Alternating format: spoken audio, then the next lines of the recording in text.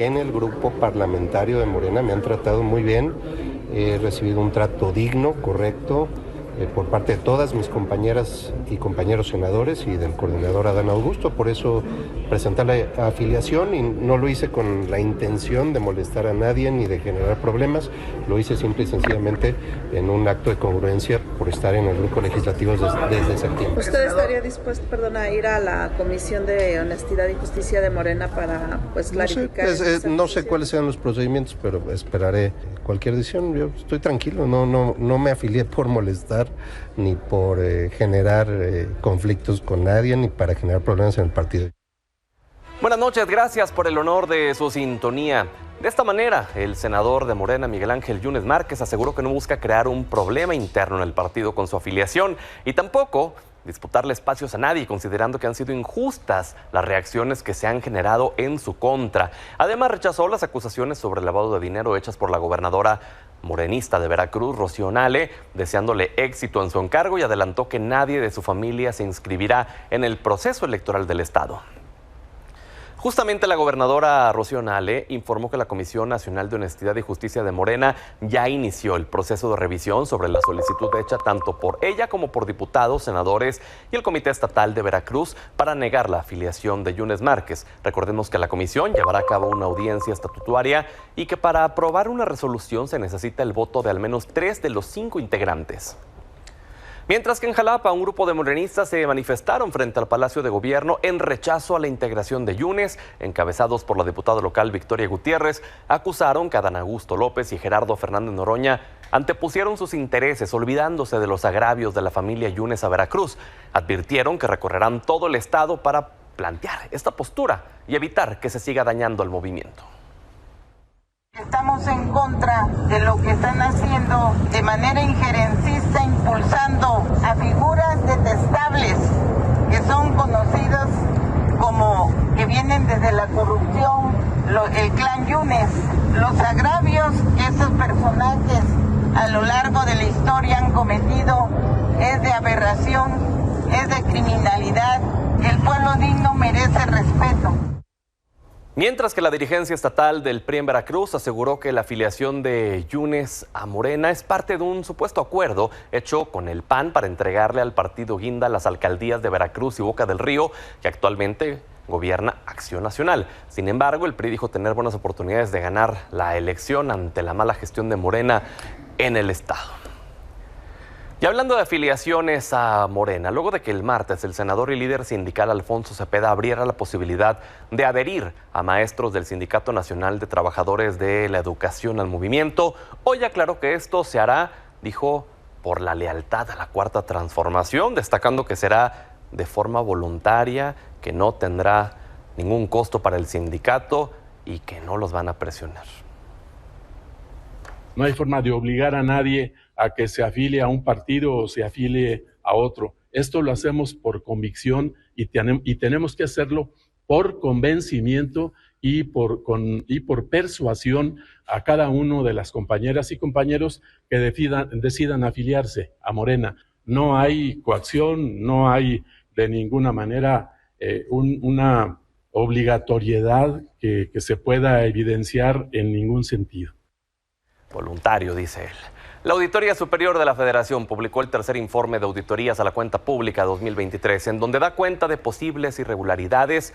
En el caso, por ejemplo, del INAI, es por más de 8 millones de pesos ocasionado por malos manejos de recursos públicos al contratar servicios de vigilancia, paquetería, contabilidad y limpieza. Mientras que también detectó faltantes de hasta 452 millones de pesos en la compra y transportación de maíz, frijol y leche por parte de Diconsa, Liconsa y Segalmex. Además, la institución que acumula la mayor cantidad de irregularidades es Diconsa, seguido de Segalmex y por último, ahí tiene la información. Y el Consejo General del INE aprobó las listas de candidatos para la elección de ministros de la Suprema Corte y magistrados de la Sala Superior del Tribunal Electoral, y este viernes arrancará la impresión de las boletas en Talleres Gráficos de México. En la lista de candidatos a ministras se encuentra Lenia Batres, Yasmín Esquivel y Loreta Ortiz, quienes tenían pase directo a la elección por estar en funciones.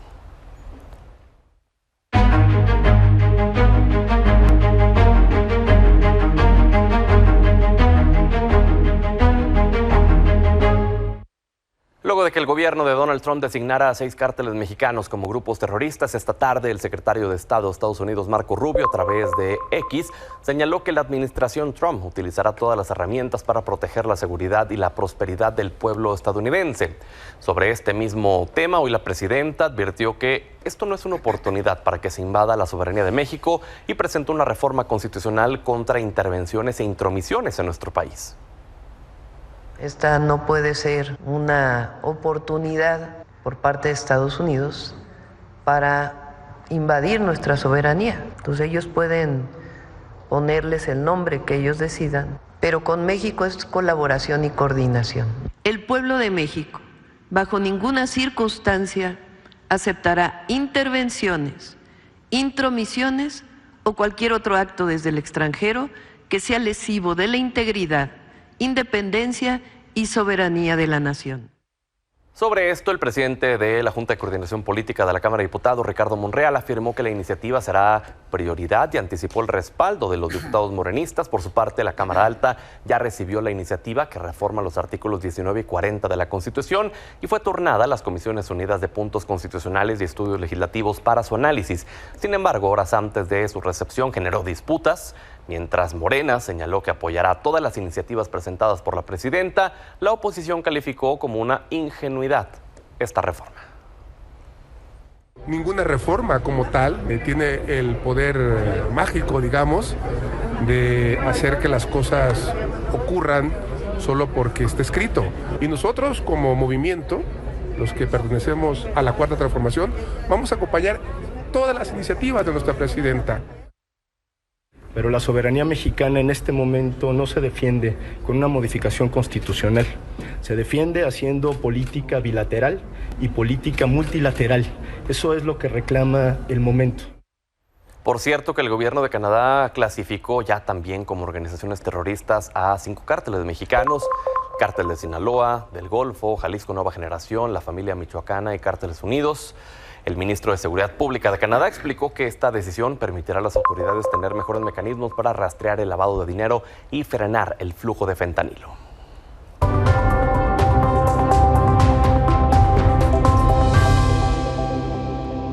Jueves de hablar de la agenda legislativa en la Ciudad de México. Está con nosotros Paulo Emilio García, diputado y vocero de la bancada de Morena, Diego Garrido, vicecoordinador del PAN, y Roifi Torres, coordinador de la bancada de Movimiento Ciudadano. Gracias, caballeros, por estar acá.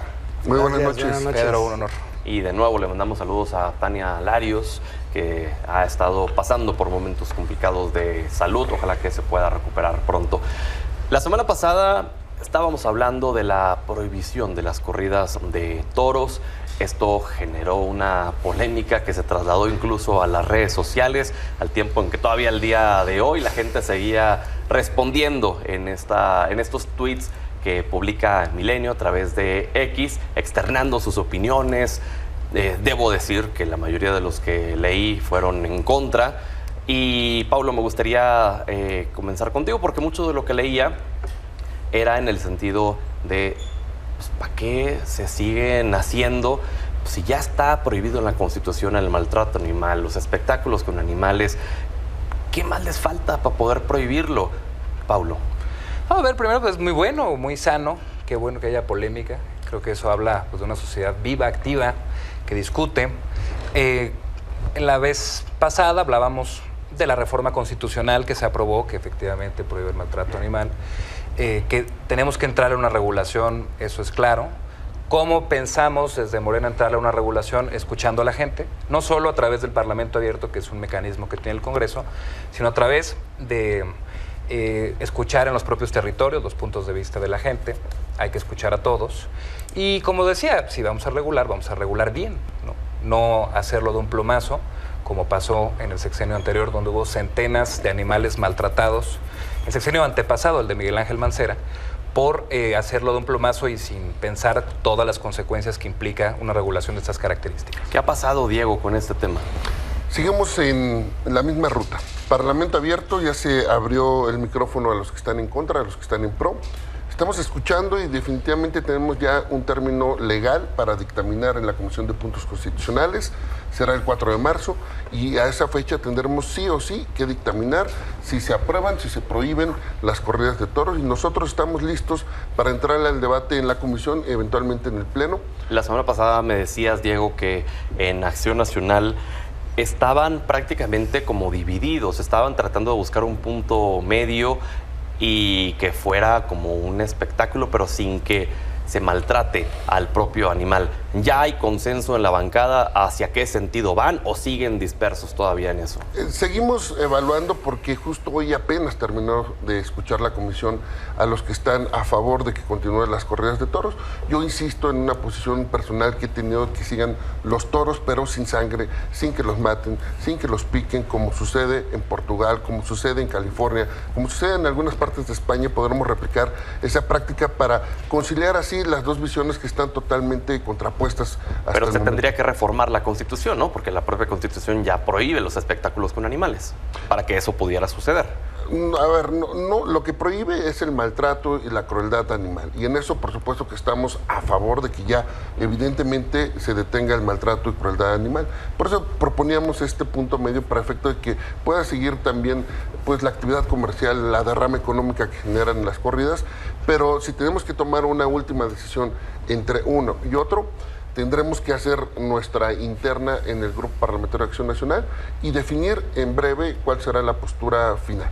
Porque muchos interpretarían el maltrato desde el simple hecho de poner el toro en el ruedo y que entretenga y divierta a la gente.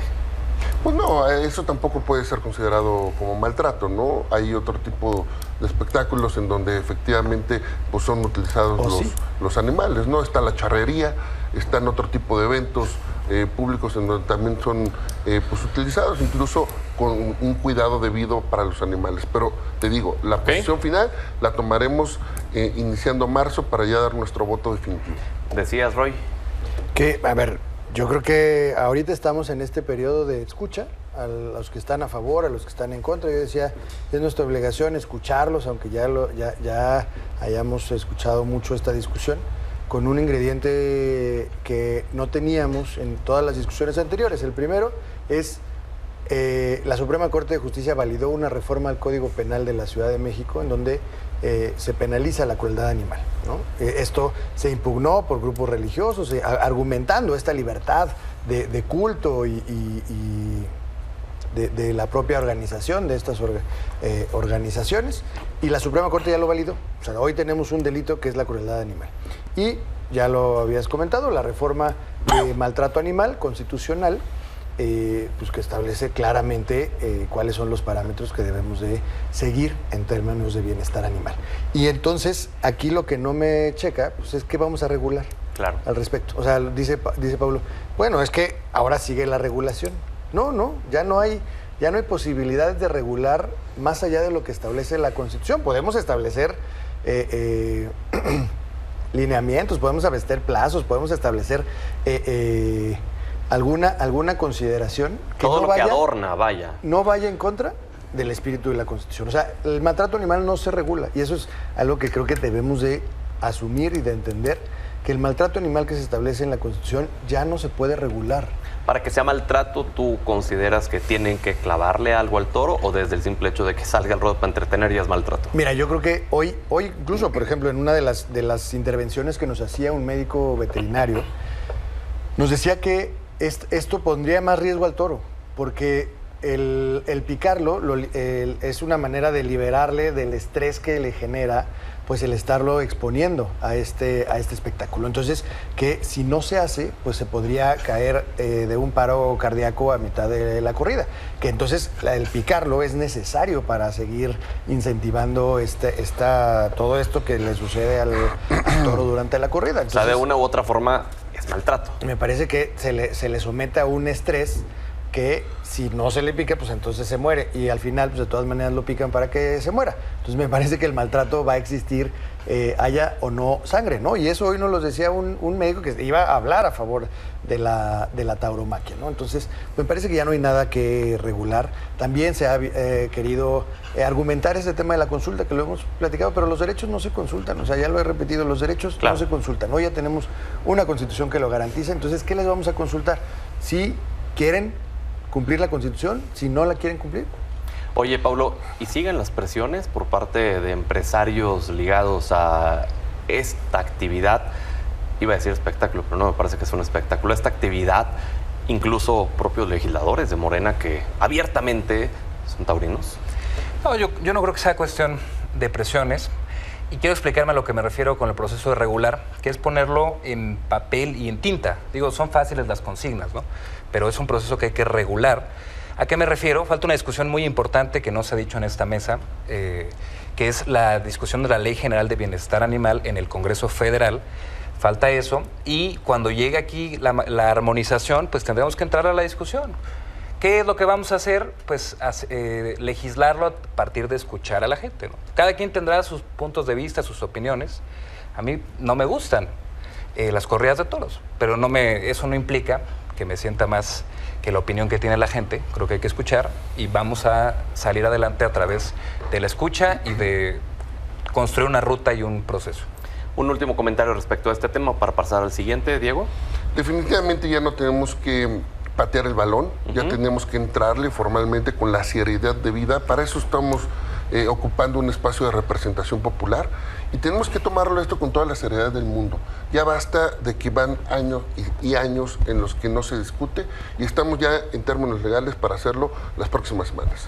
Que por cierto les dijeron en estas sesiones a quienes han estado escuchando que los conciertos organizados en la Plaza México generan más ganancias a comerciantes que las propias corridas de toros. Fue lo que locatarios aseguraron a diputados, ¿no?, en este Parlamento, Roy. Ayer hubo una participación de precisamente la gente que se dedica al comercio a los alrededores de la Plaza de Toros y del Estadio Azul, y nos comentaba que pues, cada vez ha habido menos venta en los espectáculos taurinos, o en estas actividades taurinas, y ahora han tenido que cambiar esta actividad por los conciertos y les va mucho mejor. O sea, incluso nos dijeron que esperaban muchísima más venta ahora el 5 de febrero y no la tuvieron. O sea, que esto pues, le salieron perdiendo porque no hubo la venta que esperaban en el gran aniversario de la plaza. Y yo nada más terminaría con un tema que es lo que tenemos que determinar en la mesa del Congreso, pero también tenemos que asumirlo como una decisión pública y política, porque todo ronda en torno a si este espectáculo tiene un ingrediente de maltrato y de crueldad animal. Eso es algo que hoy les he consultado a los taurinos y ninguno acepta que es un acto de crueldad, ninguno acepta que es un acto de maltrato. ¿Qué dicen? ¿Que es amor o qué? Que es parte de la naturaleza del toro, que el toro no sufre, que el toro no siente, que el toro está nació hecho para ser exacto, o sea, que es su propia naturaleza, que él lo disfruta, dice que hasta siente hubo un comentario, creo que el toro se siente contento de lo que está pasando. A lo mejor esos taurinos se sienten contentos cuando los pican. Exacto. ¿No? O sea, esas fueron las declaraciones de hoy. Y entonces yo creo que tenemos que determinar muy claramente, más allá de la regulación y de que si una ley, si hay maltrato o no hay maltrato en las corridas de toros. Si hay maltrato, esa actividad ya está prohibida a partir de hace un mes en la Ciudad de México. Bueno, a ver, Diego, tú traes desde la semana pasada un tema en torno a la propiedad privada.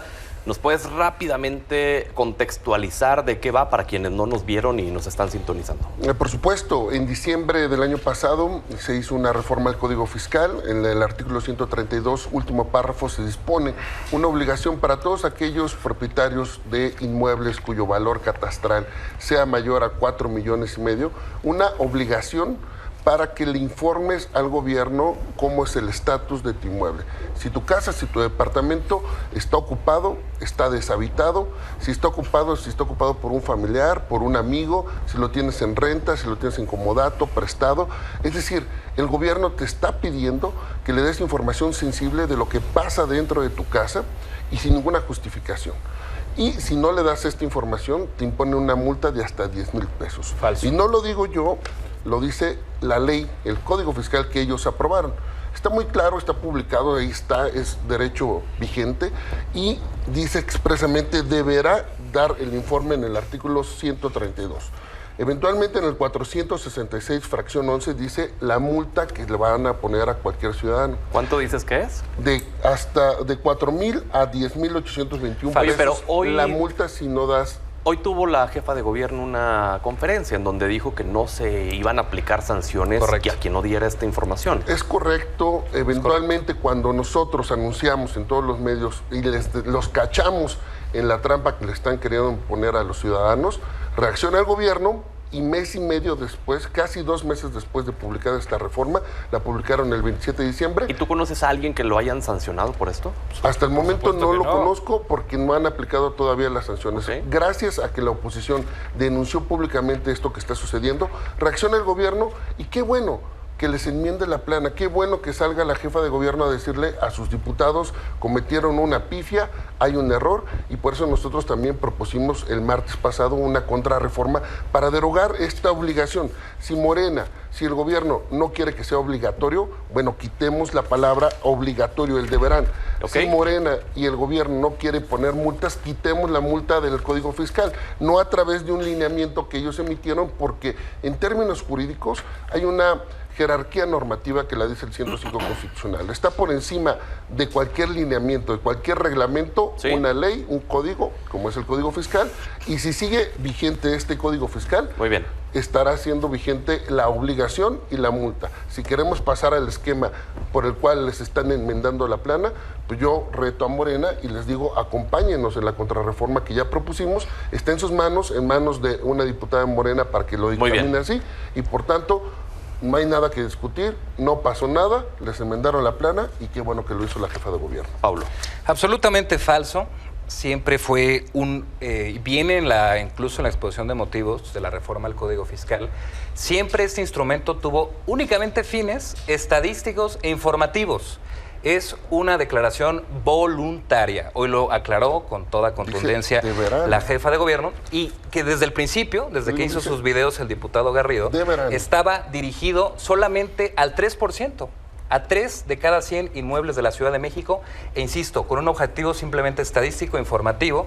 Y además, ahora ya veo que ya le bajó el diputado Garrido, pero ¿qué es lo que salió a decir no solo él, sino todo el coro mediático que lo acompaña siempre a Acción Nacional? Tu patrimonio está en riesgo. ¿Qué pasa con la nueva reforma que aprobó Morena? Morena va a quitar casas en Ciudad de México. Su departamento está habitado. Ahí, por favor. ¿Por qué?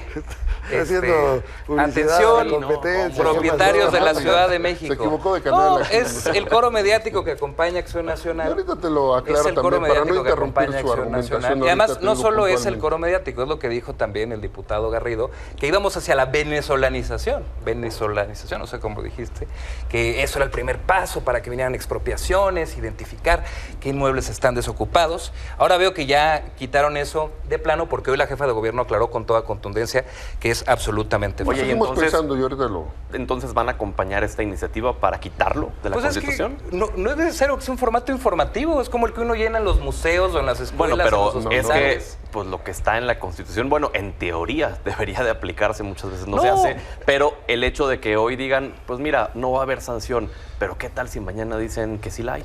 No la hay. Correcto. Y además hoy se lo aclaramos. No, o sea, ahorita sí no la hay, pero se la aclaramos pero de manera... permítanme, si está en el texto, en 6 meses, en 1 año o cuando quieran o mañana, podrían decir siempre sí. En ninguna parte del Código Fiscal se habla de sanción al último párrafo del artículo 132. Se habla de sanción de otros elementos. Y hay unos criterios que se publicaron, podemos darlo a conocer, yo sé que no se va a alcanzar a leer, que dice textual que esta información no trae aparejada multa o sanción alguna. Antes de continuar contigo, Diego, Roy, adelante. Mira, yo creo que tampoco hay que tomarlo con amarillismo, con alarmismo, porque perdemos el foco realmente a lo importante, ¿no? O sea, nada más alarmar a la población en estos términos me parece que puede ser incluso hasta irresponsable. Yo lo que creo que valdría la pena entender pues es para qué quieren esta información. O sea, dicen con fines estadísticos, ¿para qué? O sea, ¿cómo se construye el catastro en la ciudad? ¿Con información? Pues es que... Esa información ya la tiene el gobierno. Yo lo que diría algunas sí y otras se le invita voluntariamente a la Junta evidenciando la gravedad de esta disposición, Pues es que efectivamente el gobierno no se ha preocupado por saber qué está pasando en la ciudad, que tiene que poner una disposición a ver si nos avisan qué está pasando en la ciudad, qué uso le están dando a los inmuebles. Pues eso debería de ser una facultad y una obligación de la autoridad, tenerlo al día. Entonces, ¿para qué lo quieren? O sea, porque falta. Eso es el fondo, A mí la preocupación, pues más bien no es el atentado contra la propiedad, sino la falta de obligación que ha tenido la ciudad de no tener planeación, porque no tuvimos un programa de planeación y de ordenamiento territorial. O sea, llevamos 6 años dándole vueltas a esta discusión y hoy nos salen con una disposición que nos dice, no, pues a ver cómo está el 3% de las propiedades en la ciudad, pues ¿cómo está el otro 97%? O sea, ese es el nivel de alarma que deberíamos de tener en términos de la responsabilidad que está asumiendo el gobierno, que no se ha hecho, y no digo que sea esta jefa de gobierno, pero pues tuvimos 6 años en donde no hubo planeación, o sea, venimos de 6 años en donde no hay planeación de la ciudad, y ahora, pues más bien este gobierno lo que está reconociendo, pues es que efectivamente no tiene información y tiene que pedirle a la ciudadanía que lo actualice de manera voluntaria, abierta, sin sanciones o sea, lo que quieres decir es que está pidiendo que les hagan la chamba. Pues exactamente. No. ¿Y con qué tipo de información? Vamos contigo, Diego, y luego vamos contigo, Paulo. Me gustaría, Diego, que nos respondieras la pregunta que tú mismo hiciste. Me pregunto nuevamente, ¿para qué necesita el gobierno esta información? Correcto. ¿Para qué nos pone un formato que ahora dicen que no es obligatorio, que es voluntario? ¿Para qué nos ponen un formato donde diga si está ocupado o no ocupada tu casa, tu departamento? Si vive ahí un familiar, si vive ahí un amigo, si lo tienes prestado o si lo tienes en renta. ¿Cuál es otro estatus el que tiene tú? Esa es información sensible que solamente le corresponde a la familia tenerlo, a ti tenerlo, y el gobierno no tendrá por qué estar molestando, dicen ustedes, solamente le vamos a hacer esta obligación, luego dicen que no es obligación, al 3% de los predios que existen en la ciudad. Cerca de 70,000 predios, 70,000 familias les están poniendo el dedo el gobierno encima. ¿Por qué? Porque dicen son predios de alto valor. Ahorita dicen por este valor de 4.5 millones. Mañana van a decir que los de 2 millones. Y pasado mañana van a pedir la información para todas las casas y departamentos de esta ciudad. Y lo que no se vale es que digan que es para actualizar su catastro, cuando el valor catastral no depende si vive ahí una persona o no vive una persona. Nadie dice que se va a cambiar el valor catastral. El valor catastral no depende si le prestaste o no tu casa o departamento a un amigo o a tu tía o a tu abuelita. Lo más riesgoso que permítame solo hacer un paréntesis porque hay información de última hora, o información lamentable, triste. Se acaba de confirmar la muerte de Daniel Bisoño, uno de los conductores más famosos de este país, conocido por su estilo irreverente, controvertido en la televisión. Lo recordamos en programas como Ventaneando, y quien, recordemos, había estado pasando por severas crisis de salud, estaba hospitalizado luego de realizarse una hemodiálisis y desgraciadamente se confirma hace apenas unos minutos esta noticia. Y desde acá externamos nuestras condolencias para todos sus familiares. Descanse en paz, Daniel Bisoño. Regresamos, Paulo y Diego. Concluimos contigo, Diego, y luego pasamos contigo. Concluyendo, nuestro pésame, por supuesto, a Daniel Bisoño y su familia.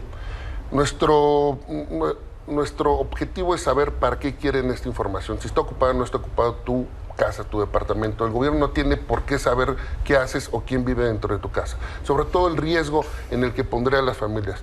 Si una madre soltera con una hija de 3 años le dice al gobierno, vivo sola, si una adulta mayor de 70 años le dice, vivo sola en esta casa y la otra la tengo desocupada, esto verdaderamente se cae en malas manos. Entonces, lo que estaría poniendo en riesgo a familias enteras. Tu preocupación, Diego, entonces recae, si mal no estoy entendiendo, ayúdame y corrígeme por favor si me equivoco, una, en que puedan expropiar las casas a la gente, y 2, en que puedan poner en peligro a las familias vulnerables. Es principalmente porque el gobierno tendría información sensible, que es información privada de tu casa, de tu propiedad. Segundo, sí es un ataque a la propiedad privada, porque no es la primera vez que lo atacan, porque el jefe de gobierno, Martí Batres, propuso quitar el concepto de propiedad privada en la Constitución para sustituirlo por propiedad social, porque están legalizando los despojos y porque la política que ha sucedido en Venezuela es lo que están queriendo hacer aquí. Primero ubican predios, después dicen construir vivienda social para dársela a los pobres, que realmente se lo dan a sus clientelas electorales, y por eso es el grave riesgo en el que están las familias en esta capital con este tipo Paulo, de censos. adelante. Volvió rápido la venezolanización. Bueno, a ver, es muy sencillo, Pedro. Todas las ciudades del mundo que funcionan bien se planean. ¿Cómo se planea con información? El catastro es cierto que tiene dos mecanismos básicos para revisar cómo están los inmuebles a través de las imágenes satelitales y de la imagen frontal, que es la que le llaman de Corte Inglés, para poder saber qué pasa en cada una de las colonias. Esto es solamente información extra que se invita a la ciudadanía a colaborar con el gobierno. ¿Para qué? Para saber cómo está la situación de cada uno de estos inmuebles, con el objetivo de prestar mejores servicios. Digo, todas las ciudades del mundo que se planean es con el objetivo de saber cuánta gente vive, para ver cuánto drenaje y cuánta capacidad de drenaje se necesita, cuánta agua potable hay que llevar, cuánta gente se tiene que mover a través del transporte público. No se puede gobernar sin información, Diego. La tiene el INEGI. Y no hay ninguna solo de estos elementos que dice Diego, que queremos saber casi a qué hora llegas a tu casa y si vives... Prácticamente, si está ocupada, si no está ocupada, si vive ahí tu familiar, si vive ahí tu amigo, si lo prestas para aquí. Como decíamos hoy en el Congreso, porque hablaban de multas, de que iban a ir inspectores, de expropiaciones. Yo le hice un reto a la bancada de Acción Nacional en diciembre de este año. Si no nos demuestran que hay un solo multado, un solo inspeccionado y un solo expropiado en sus términos, le hicimos un reto a la Bancada de Acción Nacional a que pida disculpas al pueblo de la Ciudad de México por haber sembrado toda esta clase de intrigas. ¿Y por qué no? A ver, si no van a aplicar la multa, ¿por qué no acompañan esto de quitarlo? Porque si ya no está en los planes el multar. Pero nunca ha estado en los planes. Les hacemos el reto. ¿Por qué no aprobar el la derecho reforma fiscal es de aplicación estricta. Si en los lineamientos viene que no se cobra la multa, no hay forma que te cobren. Y quiero que la gente lo sepa. Entonces no lo van a acompañar. Roy, contigo terminamos. Bueno, porque, o sea, no lo van a quitar porque de alguna manera necesitan esa información. O sea, yo creo que... Los servicios de la ciudad. No, es que para eso son los censos. O sea, para eso sabes exactamente... Cada 10 años. Para eso exactamente cuántos viven en una región determinada. Para eso son los censos y eso es el trabajo permanente que deberían tener las alcaldías y el gobierno de la ciudad. Hoy no tenemos esa información. Yo creo que no está mal que colabore la gente, nada más que pasa por un reconocimiento de...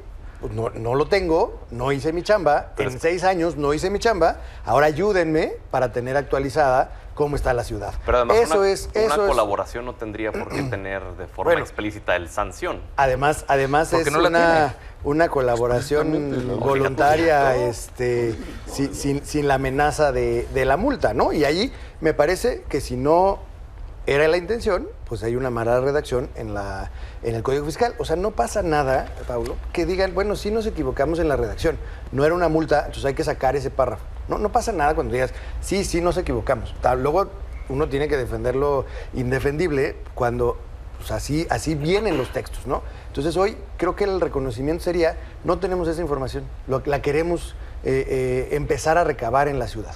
Eso sería lo más sano y entonces nos daría toda la tranquilidad, más allá de decir, es que es para tener un fin estadístico. No, es para tenerla. ¿No? O sea, es para empezar a planear la ciudad. Sin información? Pues muy bien, caballeros, qué gusto tenerlos por acá. Gracias, seguimos la siguiente semana. Gracias. Muchas gracias. Muchas gracias. Pausa, regresamos.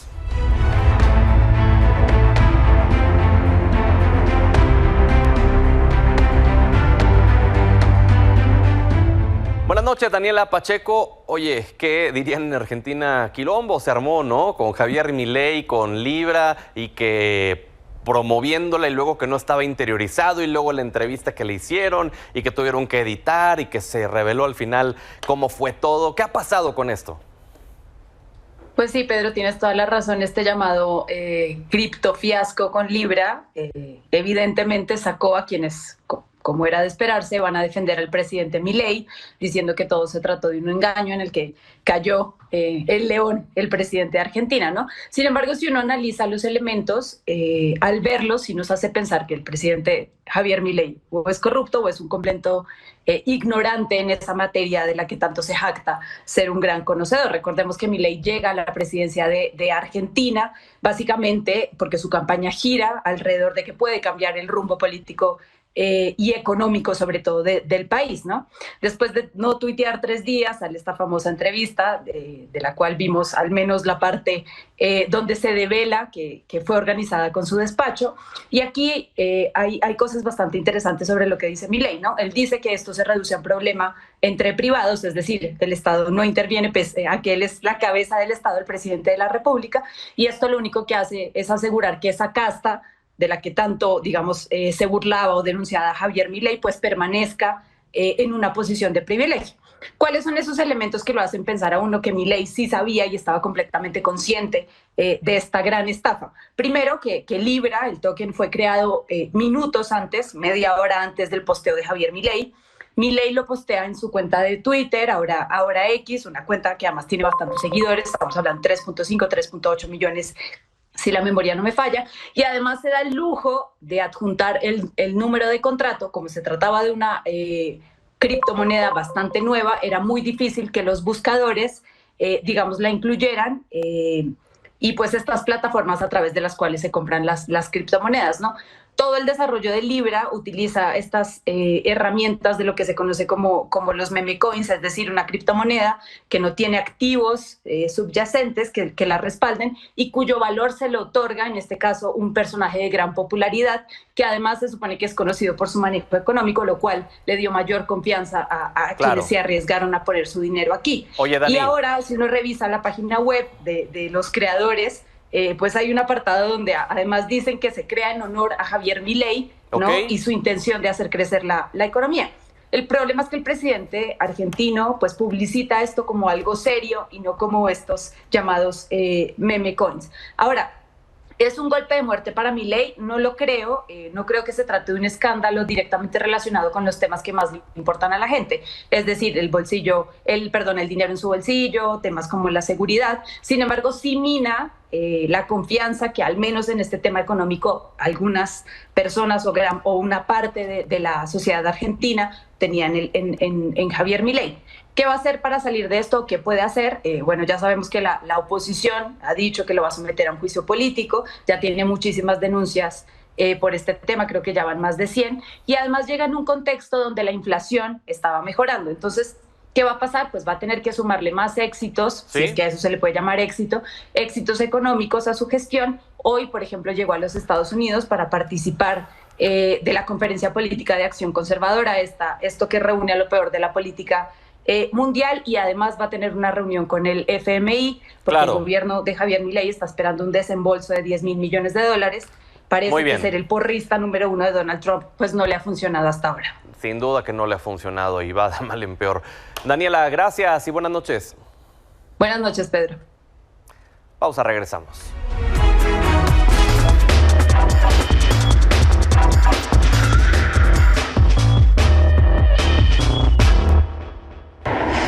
Axel, bienvenido. Hola Pedro, ¿cómo estás? ¿Qué información nos traes? Fíjate que justamente ya salió el reporte de venta de autos por estado en el país, que vuelve a convertirse como un termómetro de lo que está sucediendo en la economía de cada entidad. Por el lado positivo, pues vemos como entidades como Chiapas, Colima, Oaxaca y Aguascalientes presentaron datos muy positivos en la venta de vehículos con incrementos por arriba del doble dígito. Vemos, por ejemplo, el caso de Chiapas, Colima y Oaxaca por arriba del 20%, mientras que Aguascalientes tuvo un incremento del 17%, lo cual habla de una recuperación en esos mercados. Sin embargo, del lado contrario, ¿quiénes están cayendo? Pues en primer lugar vemos a Sinaloa. Todos sabemos la situación económica y de seguridad que está pasando el estado y que justamente es lo que está afectando las las ventas de vehículos que se han caído en más de 36%. En segundo lugar vemos a Baja California Sur, que haya sido más el efecto de la legalización de los vehículos chocolates importados de Estados Unidos, lo cual ha afectado también la venta de los distribuidores, mientras que en Morelos también vemos también un factor de seguridad, lo que ha afectado la venta de vehículos y ha hecho que bajara en un 6.9% en el primer mes del año, mientras que en Quintana Roo haya sido un tema de ajustes por la alta demanda que tuvieron el año pasado, principalmente de las empresas de arrendamiento, lo cual ha hecho que para este mes pues tuviera un comparativo muy alto y por eso una baja del 4.2%, Pedro. Pero es interesante ver cómo en esta gráfica de los estados afectados o donde se ha bajado la venta de autos, pues sí se están viendo factores que van más allá de los vehículos, sino temas económicos y que evidentemente afectan a sus sociedades, como es el caso de Sinaloa. Claro, que todo está conectado, ¿no? Así es. Al final del día es un efecto dominó. Axel, gracias. Nos vemos la próxima semana. Y gracias a usted por habernos brindado el honor de su sintonía esta mañana.